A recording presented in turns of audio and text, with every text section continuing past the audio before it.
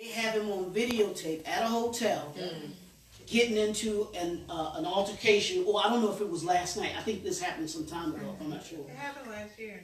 Was it last year? Okay, yeah. But I think something must have happened where it just came up again. It just started, it just came to light.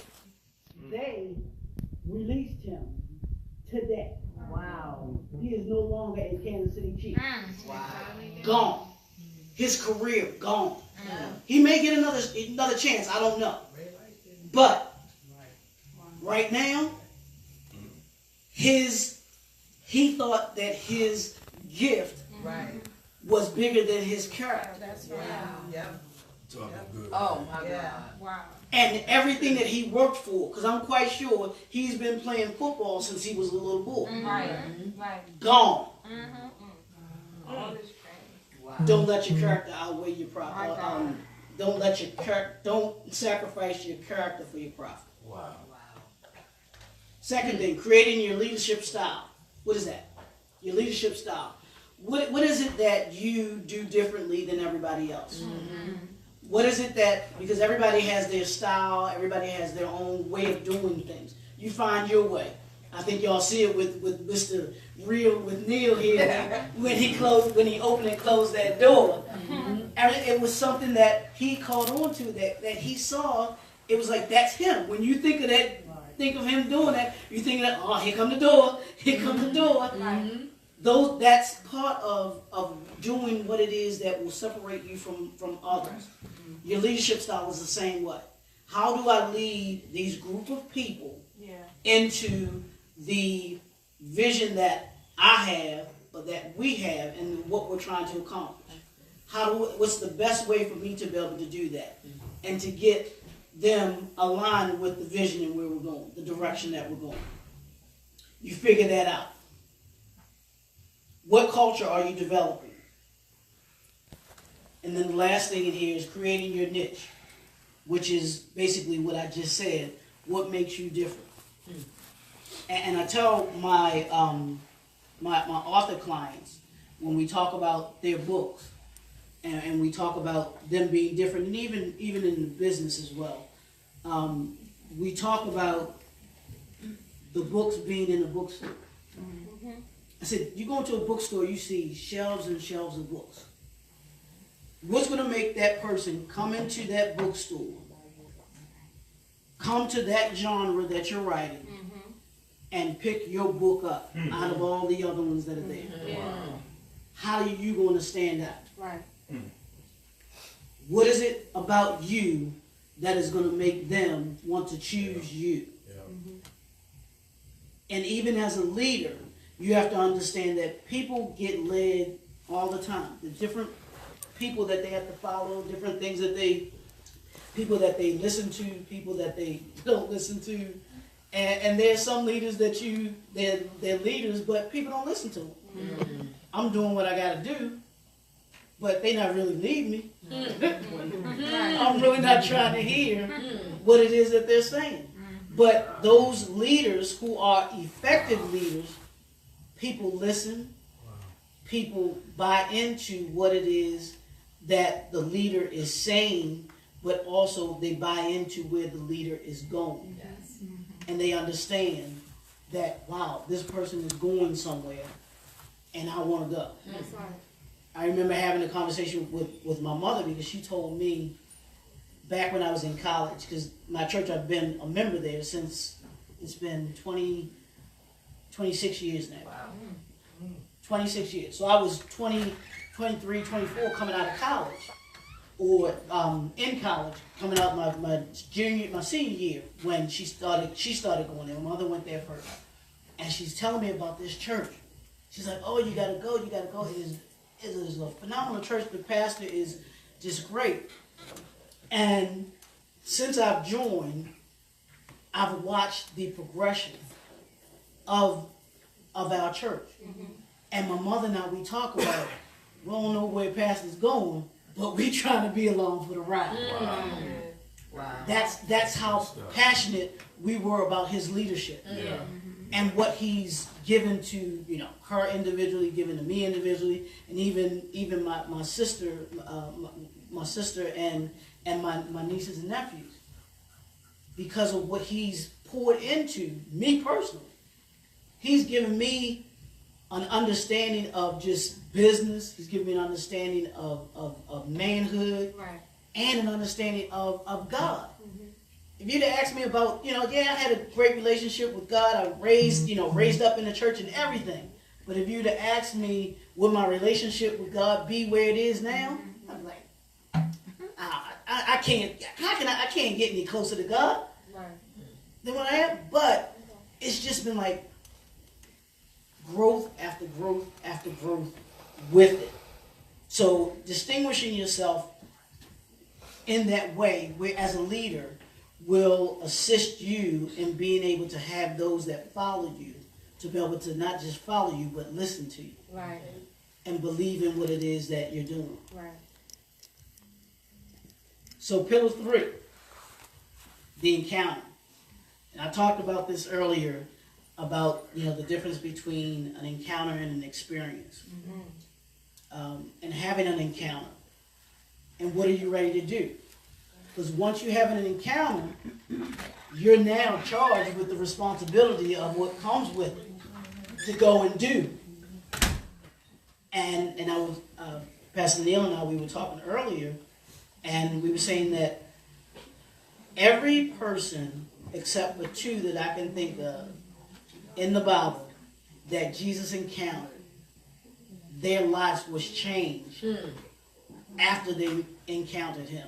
Right. There's not one of them that there wasn't a shift Yeah. in their life. Right. And those of you that are here today, like I said, it's about your encounter. There's somebody here, somebodies here that you were meant to meet. Somebody here that you were meant to encounter. There was something that you were meant to encounter here. Whether it's me speaking, whether it was the saxophonist that was here, whether it was the group that was singing, there was an encounter for you here today that's going to make you better Yeah. after this event than you were before you came to this event. All right. And not even make you better, but actually leave from here saying, this is what I'm going to do to take action. This is what I'm doing next. So the first one is to develop the development of your leadership process, having a process. As a leader, you should have a process. What system do you have in place? How many of you have ever heard of the show called The Prophet? Yes. If you are a leader, if you are an entrepreneur, aspiring entrepreneur, I would recommend this show for anyone. Yes. Even as a leader, because he touches on leadership even in that show. But he talks about 3 different things. He talks about, I call them the 3 P's, which is people, process, and product. Those 3 things. The right people, the right product, and the right process. What process are you as a leader going to have in place for you and for those that you lead? Right. It's about having that process in place. Most all successful businesses, entrepreneurs, those that that are in leadership positions, they have a process, they have a system in place because it's what they do consistently well. I'll go back to basketball again. When you think about Phil Jackson with the Bulls, he had what was called the triangle offense, Yes. a system. Greg Popovich, the coach for the San Antonio Spurs, he has a system in place. And even though it pains me to even say these words, but the New England Patriots Yeah. and Coach Belichick, he has a system in place. And I'm going to call out Coach Levin. All right. She has a system Yes. in place Yes. that she takes her people through as a leader because she knows this process has worked, is working. And let me show you how to implement this process, this system into what it is that you do so you can be successful. Yes. So it's about having a process. Second thing is development of your leadership strategy. What strategy do you have? What's your game plan? How are you going to do what it is that you want to do? And then the third thing is your development of a leadership culture. And your culture is nothing more than what you want the environment that you surround yourself in to be. And with my company, with J&F Enterprises, it's three things that I tell people that anything that I'm associated with, that J&F is associated with, must have these three things to it. It must enlighten you, it must empower you, and it must impact you. Enlighten means to teach you something. It's going to teach you something. Empower, it means it's going to equip you with something. And then impact, it's going to impact you to do something. Where you don't just learn it, you get it, and that's it. It does you no good to do that. But you have to go and do something with it. Right. So that's enlighten, empower, and impact. That's the culture that I created with my business, with the things that I do. Wherever I go, those are things that I must have with me. This event here, what has it done? Has it taught you something? Yes. Has it equipped you with something? Yes. And then has it impacted you to go and want to do something? My God. Wow. There it is. Yeah. And the pillar number 4 is your plan of action. How are you going to get to where it is that you want to get to? How will you achieve your fulfillment power? Is what I said. And that goes into what does your 2018 and 2019 look like? If I can, I did bring these. If I could get, I think I got enough. I think I have enough. Can I get one of y'all to hand it off on this side? And then I'm gonna have it on this side too. I want everybody to have these, okay? Because I want you to take these home, and I want you to actually take a look at this. This is one of the things that I believe will help you to be able to figure out and to plan out your 2018, into 2018, these next 4 weeks, and then your 2019. And what that is it's a way for you to be able to look at where you are and where you're trying to go. And I want you to look at yourself and say, what does your 2018-19 look like? But I want you to look at it from these different perspectives. All right. Thank you. And that's from, what does your 2019 look like mentally? Where's your mind at? Remember I said earlier, there's some folks out here that aren't mentally fulfilled. Yes. How are you going to be mentally fulfilled in 2019? How are you going to be physically fulfilled in 2019? You want to get in shape? What you got to do? How you going to do it? Right. Professionally. Where is it that you want to go? If you want, if you want to start that business, or if you have a business and you want to take it to the next level, if you're in a position or in a career and you want to go further in that career, how are you going to do it? What does that look like for you in 2019? Relationally. And that's personal, professional.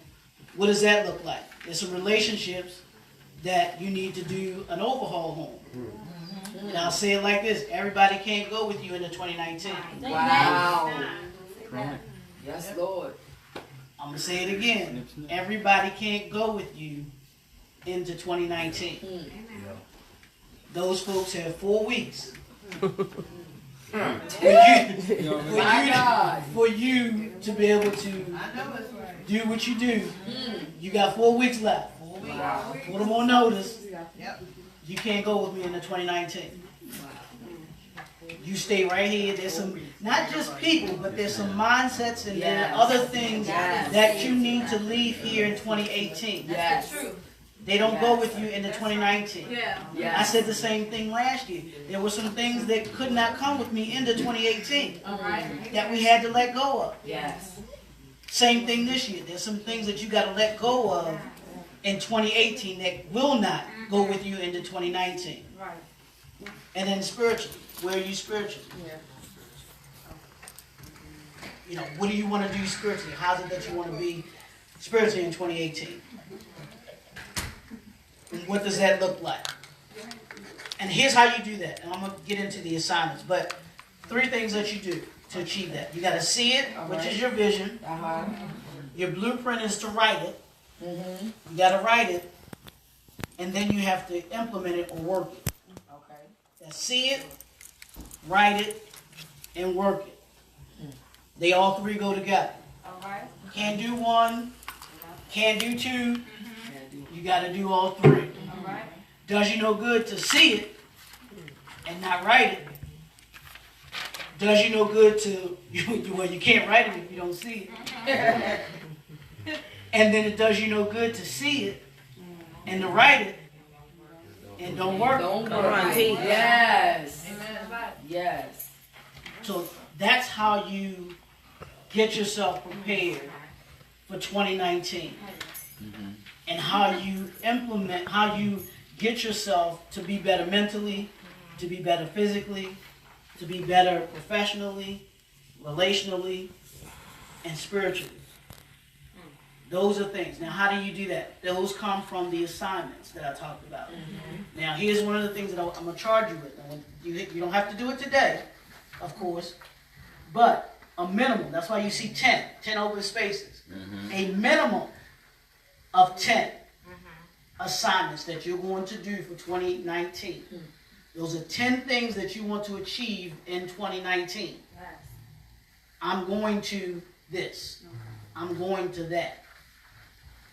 Those are the things that you want to write down. And it can be in relation to any of these things up here that we have at the top there. Mentally, physically, emotionally, all of those things. 10, a total of 10, a minimum of 10. Should they be in the order of what's most important or what is like the imperative thing that you do to get started on the right track? Yeah, I would, yeah. You want to prioritize it. I would prioritize it. That way, you know, these are the things that I want to do first. Okay. But a minimum of 10. Start there. And I sat down and I had to do this myself too. Because there are things that I want to be able to do. That's right. And in order for me, I can't give it to you and then I'm not doing it myself. Right. And as a leader, you don't want to give people things that you can't do yourself. And that's one of the things that I learned working in corporate America was I couldn't tell my employees to do something that I didn't know how to do already. Right. Because I wouldn't know whether or not they were doing it right. Right. That's right. That's true. And I gotten to the point, literally, my background is in hotel restaurant management. That's what I have my degree in. So I came up in the hospitality industry. I gotten to the point where I could be at home, get a phone call. I knew the system so well. I could get a phone call from them at work. They're having a problem with the system or whatever. And they could tell me what the issue was. I could tell them where they were and then what they needed to do in order to be able to correct what it was that they were doing without even having a computer in front of me. I knew the system that well and had learned. I knew it was a thing that I had to be able to understand. So it was me understanding what the system could do, what it couldn't do, and I didn't even have to be in front of it. But I had to spend time with the system. That was me learning what it can do. That's right. Spend time to learn what it can do. So you want to make sure that when you, as a leader, when you have those that are following you do what it is that they do, you've already done what it is that they do. Like you talked about earlier about having the experience some things. Can't talk about sometimes things that you haven't experienced. They're just some things that you have to really, in order for you to understand, somebody else to understand it, they have to be able to do it. And that's why I said earlier, when you did the you should have been here about this event, I can tell you about it, but if you weren't there, That's right. that's something you had to experience in order to be able to do. That's right. So that's about achieving that plan that you want. I call it your personal fulfillment strategy for 2019. So you can take that, you can use that to be able to get you prepared for 2019. Take you into 2019. Because 2019 for me is about the chasing the impact. If I'm gonna have a greater impact in 2019, there's certain things that I have to be able to do.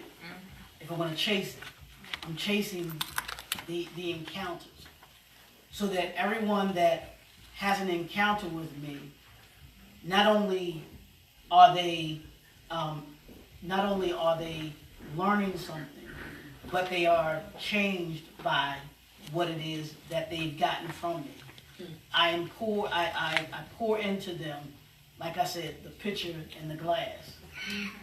I was the glass earlier this week that got poured into, so that I can now become the pitcher to pour into you.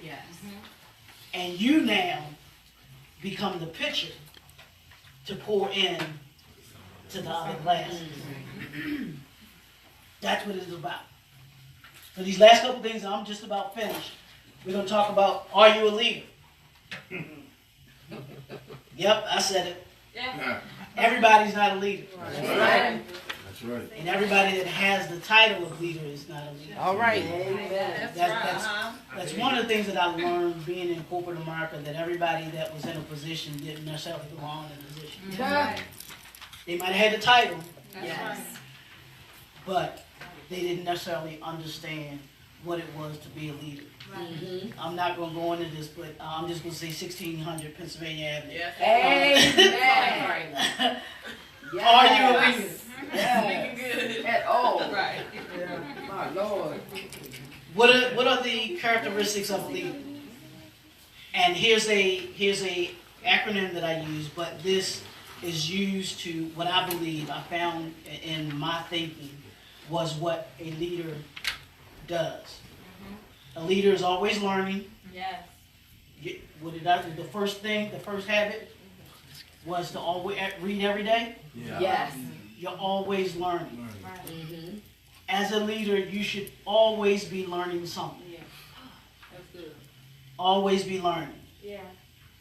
The E stands for execute. Mm-hmm. You should be executing in excellence. Do what you do in excellence. Yeah. Or as my father said, if you're not going to do it right, and my mother, if you're not going to do it right, don't do it. Don't do it. Because you're wasting your time. Mm-hmm. Assisting. Who are you assisting? As a leader, you should always be assisting someone to be able to do what it is that they're trying to do, what it is that they're trying to do. Assist them to be better. Yes. The D is for developing. You should be developing someone to come behind you. That's one of the things that what I call us, those of us that are part of the now generation, that are in leadership positions, preparing those that are behind us, coming behind us for leadership, equipping them to be ready to lead. And in certain aspects, we've dropped the ball Yes. Yeah. Yes. in developing their leadership skills. That's Right. The other E is for empowering. Who are you empowering? Who are you equipping? We just talked about equipping others to take over. And even the generation that's above us, equipping us because they're retiring now. Even in ministry, there are a lot of ministers that are older. Yeah. Who's going to take over? Yeah. One of the speakers last night, she was a probate attorney. She was talking about legacies. She was talking about wills and those things that we need to do as individuals to be able to make sure that our affairs are in order before we leave here. And making sure that those of us that are behind us are taken care of. Because if we don't show them how to do it when they get to this part of their life, they're not going to understand how to do it. Wow. And so it's important that you do that, that you show, not just in your words, but in your deeds and what you do, to show them how to do this, how to do that, making sure that, these things are in order, and having the conversations. Right. That's one of the things that we don't do, is have the conversations. And that's what leaders do. Leaders aren't afraid to have the conversation. Wow. And the last thing is results. What results are you getting? What results do you want to get? That's the question. If you want to get results, how are you going to get them? And what are you willing to do to make sure that you do get the results that you want? Yeah. And making sure. But that's what leaders do. That's what I believe are the characteristics of a leader. Good stuff. The next thing, I'm going to give you all these 8 habits, and then I'm just about done. The 8 habits of highly productive people. First we talked about successful people. Now we're going to talk about productive people. How do you be productive? Okay. Going into 2019. Habit number one, ruthlessly cut away the unimportant My God. and focus on the important. What did I say a few minutes ago? Some folks ain't going with you in the 2019. They got 4 weeks. There's some conversations that are going to need to be had Yes. in the next 4 weeks. Yes, indeed. Sorry. Sorry, not sorry. And I'm talking, it may even be family. Yes. Yeah. Yeah. Yes. It may even be family. Yes. Yeah. Wow. I love you, Yep. but I can't have you around. Gotta do it. Habit number 2, allocate breaks strategically. You want to make sure that you take time out for you. We talked about being mentally fulfilled. That means, hey, sometimes you gotta, nah, not today. I need a break from that today. And that, even if that means you see the phone call come, and you know the person on that other line is bringing nothing but negativity. Yeah.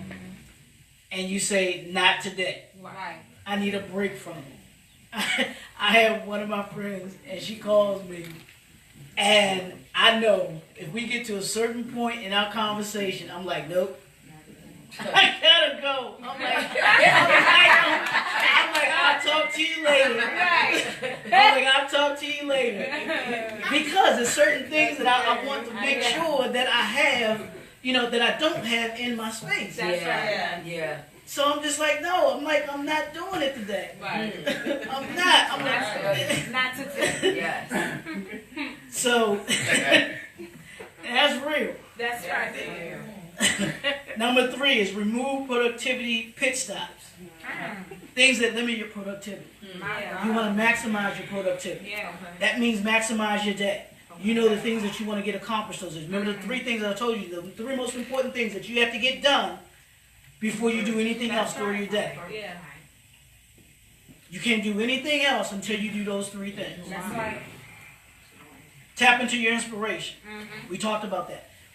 I believe it was Les Brown said, the most important time of the day, the most important is the first 15 minutes of your day. When you wake up. Yeah. And what you put into you Yeah. in those 15 minutes. Yeah.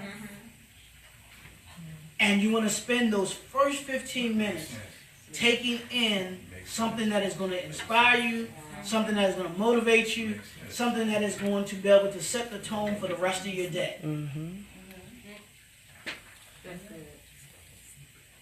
It's vital, y'all. And these things, like I said, you want them to become, they're not going to be habits, they become a part of your lifestyle. Right. It becomes a part of everything that you do. It's so routine for you, you don't even think about it. Right. Wow. It's so embedded in you. And I'll give you a perfect example. my marketing coach consultant, she gave me this task when we first met. She said, Leroy, I want you to post to social media 3 times a day. I'm like, I don't have time to be doing all of that. I'm like, I got work I need to be doing. I fussed and fussed and fussed. I was like, I'm like, I don't want to do it. She was like, just try, just do it. So I said, okay. She said, I want you to post in the morning, do 1 in the morning, do 1 in the afternoon, and 1 in the evening. So I said, okay. So I started doing it on the regular. And she explained to me why she had me do it. And it was part of the reason was because she said, you're not going to encounter the same people at those different times. The people that may see your post in the morning aren't going to be the same ones that see it in the afternoon. Right. Same ones that see it that may see it in the afternoon are going to be the same ones in the evening. So I said, okay. I said, all right. So I started doing it. So I took it even further where I broke it down into what I was going to do for the 3 posts. My morning post became my motivational one. Well, because of I want get yourself going, get myself going. Right. The one in the midday had to do with whatever had to do with my business. If I got something going on with it, kind of post it and those kind of things. And then the evening one had nothing to do with anything. It was just something fun to get people engaged, and people have really taken on to the one I do in the evenings because I call it the evening conversation. Okay. And what I do is I take different things, whether it might be 2 different actors, it might be 2 different singers, Right. and I will say, or I take 4, and I'll say one has to go. Which one? I'll give you an example. Like one I did the other day. I said I titled it The Voice, and I had which one is going to give you the ugly face. Okay, and it was Fantasia or Kelly Price. Okay. You had to pick one. Which one is just you be like, ooh, she can sing. Yeah. I did things like that, and it gets people engaged Right. just to have a conversation. And it's actually taking on its own little thing because it's interesting to see people's answers. Yeah. How could you pick Fantasia? She can. It's funny. Or even if you do the sports thing that I've done, where Michael Jordan is the greatest of all time, Magic Johnson is the greatest of all time.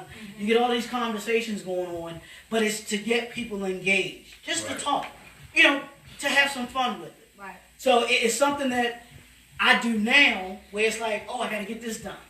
I got to get it. I got to get my post done, because she gave me a time frame. It's like in the morning between 6 and 9, you want to do it. Afternoon between 12 and 3, and the evening between 6 and 9. Those hours. So that has become now a part of my daily routine. Wow. It is a part of my lifestyle now, and what I do. The only days that I don't do it is the weekends. But even like a weekend like this, I'm posting. I've been posting all day today. So there are things that have just become a part of my lifestyle and what I do. So those are kind of things that you want to do. You want to create number 5, create barriers to entry. Don't make yourself too accessible. Don't let everybody in. Wow. Yes. Yes. Everybody should not have access to you. That's right. Good. You want to make sure that the people that are in your space are those folks who are pouring into you, pouring something positive into you. You don't just say just pouring into you, but pouring something positive into you. Wow. And those folks that are heading in the same direction as you. That's good. And I put it like this, and if you've listened to Bishop T.D. Jakes, they say eagles can only fly with eagles. Everybody can't be up here with you. Right. And I was listening to this video by interview with Magic Johnson several weeks ago, and he was doing this interview with this guy, and he was talking about him as a businessman, and he was saying, he's at such a level now where he can't say yes to everybody. And he was like, don't get upset if I say no. He said, because I'm here. Right. And if those deals that I need are here, I can't even talk to you. It's not being arrogant or anything like that, but I'm at such a level where even if we were to have a conversation, is that conversation worth me even having it with you? Right. Is it going to benefit me and you? Because of course it'll benefit you because I'm already at this particular level. And so you have to be strategic about who you allow into your space. Don't be afraid to say no. Right. Don't be afraid to say, I'm sorry, but I just can't right now. That's not something that's, that I'm able to do right now. And even when it comes to this time of year, when it comes to Christmas, when it comes to gifts and wanting to be able to, get things for everybody, you can't get things for everybody. Right. Don't go into debt Yeah. this time of year trying to get something for everybody. If you can't do it, can't do it. Right. Indeed. And I listened to this guy, his name is Dave Ramsey. I don't know if y'all listened to him or not. But he talked about that very thing where don't be afraid. Yeah, people might, family and friends, they might get upset with you because you tell them no. But understand that you're more important to you than they are. So you want to make sure that, that you have your priorities in order with you. You do have to take care of you. Yeah. Heard that. Optimize your time pockets. Make the best of every minute. Understand that your time is your most valuable asset. Yes. Yes, sir. Yes. It's your most valuable asset. You don't get any more. You don't get any less. That's right. All of us get 168 hours a week. That's 7 times 24. I think that's, 168. 168. From Warren Buffett to the person that may be homeless. We all get 168. Right. The question is, what are you going to do with it? Wow. Yeah. Wow. Set timelines. You want to make sure that you have a timeline for things that you want to get done. That creates the discipline for you. So that you know, I need to get this done by this particular date. And then you want to automate everything as possible. That makes it easier for you to be able to do certain things and not have to worry about the smaller tasks that we talked about earlier, where you want to take care of the most important ones first. If things are automated, it makes those one less thing that you have to worry about taken care of. Right. So I want you to go away with some resources. So I'm going to give you this real quick. As I mentioned, or I believe I mentioned, one of my assignments this year was to introduce myself to a millionaire. And I've done that through a number of different ways. One was reading. Actually, one was through reading books, the books that I read. And I've actually met a couple of them in person. These are folks that I consider to be influential. The first one that you see there, two of them I met, as you can see, I'm in the pictures with them. And then the third gentleman here is what I call my millionaire mentor. Right. Because I listen to him, watch him, and see how it is that he carries himself, conducts himself. And I was hoping to have, because I have one of his books, but I had ordered one of his books, but I hadn't gotten it in time to bring it here with me. The first one is Action Has No Season by Michael V. Roberts. That's the guy that's on this left here, this first gentleman here. And here's the funny thing about that. I went to this event where I took this picture. I didn't know he was going to be one of the speakers. So I'm sitting there, and I'm like, man, hold up. That's the man that I've been reading about. Or that I've read about, because I'd watched some videos of him in interviews and stuff. And I'm like, man. And I had his book.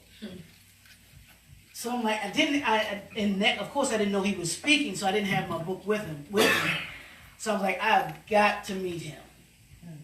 So after the event, I go up, introduce myself. I said, Mr. Roberts, my name is Leroy McKenzie Jr. I am, someone that is, here.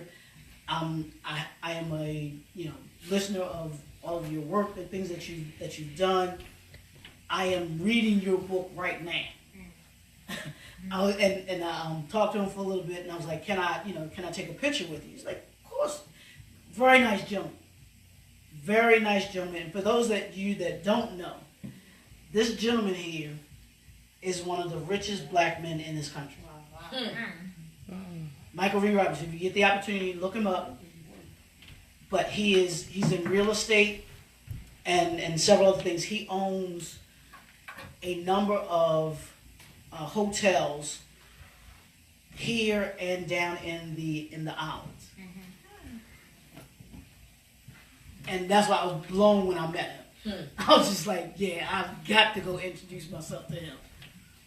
The second one is Lord of My Land, Jay Morrison. That's the one in the middle.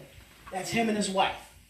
They were here at an event earlier this year, but for those of you that may not be familiar with him and his wife, this gentleman he started what was called the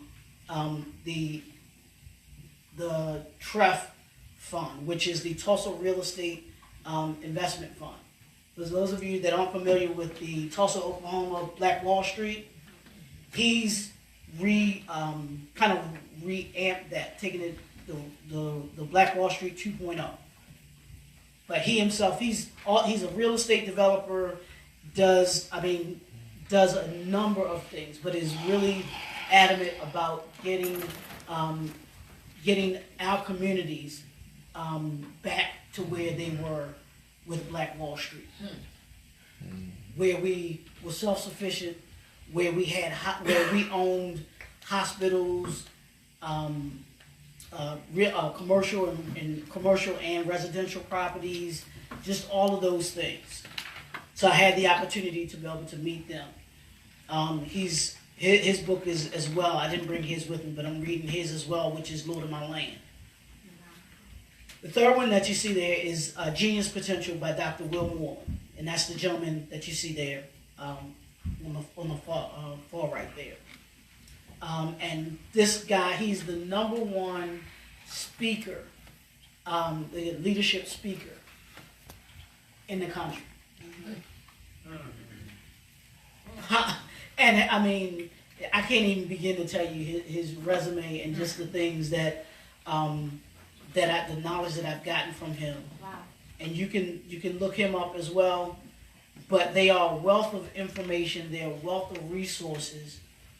These are things that can connect you with, like I said, those people of influence that you want to surround yourself with, that you can learn from. The one that I don't have a picture in there because I didn't want to put all of them, but his name is Dr. George Frazier. And I bought these books so I could show you. But the title of his book is called Success Runs in Our Race. And if you're not familiar with him, he has the #1 networking event, I should say African American or Black networking event every year. It's called the Power Networking Conference, and it brings together just a number of great people, great speakers, and he's held it right down in the National Harbor here for the last couple of years. His event, and I had the opportunity to meet him several years ago at a breakfast, and we were able to sit with him and learn from him about his business philosophies, his different things that I've talked about today, having a strategy and all of those things. He talked about those things and understanding that. So if you want to be great, you have to surround yourself by greatness. Right. That's right. Yeah. That's right. And that's what I'm about. And 2019, is about chasing the impact. How are you going to be impacted, but then also how are you going to impact other people? And I'm gonna give you all this, and this is the last thing. I'm closing with this. I was listening to an interview with Pastor Jamal Bryant a couple weeks ago. He was talking about his move down to Atlanta, And in the interview, he talked about his freshman year going at Morehouse. And he said his mother left him with this prayer. And I'm going to leave it with you all because I've been doing it since I heard him talk about it. Yeah. And he said he wanted those that were listening to do this till the end of the year. And it's a simple prayer. And it goes like this. It says, Lord, your will, your way, nothing more, nothing less, nothing else. Yeah. Lord, your will, your way, nothing more, nothing less, nothing else. And I say it 3 times. My prayer in the morning, along with my other prayer, but that's included in that. Lord, your will, your way, nothing more, nothing less, nothing else. Totally submitting to what God has for you. Totally submitting to where he's taking you, where he's guiding you, how he's going to fulfill you. Because we want sometimes, we want what we want, how we want it. Yeah.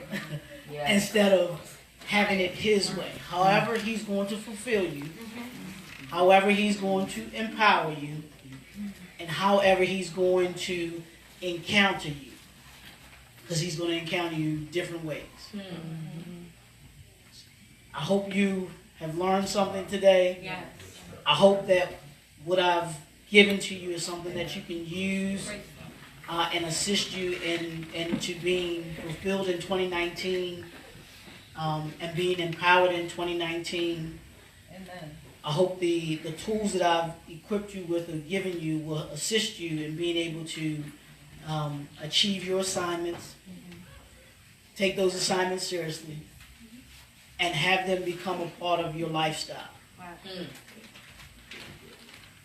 They're not just habits, but it's a lifestyle. My name is Leroy McKenzie Jr., and I am fulfilled, I'm empowered, and I came to encounter. Amen. Thank you.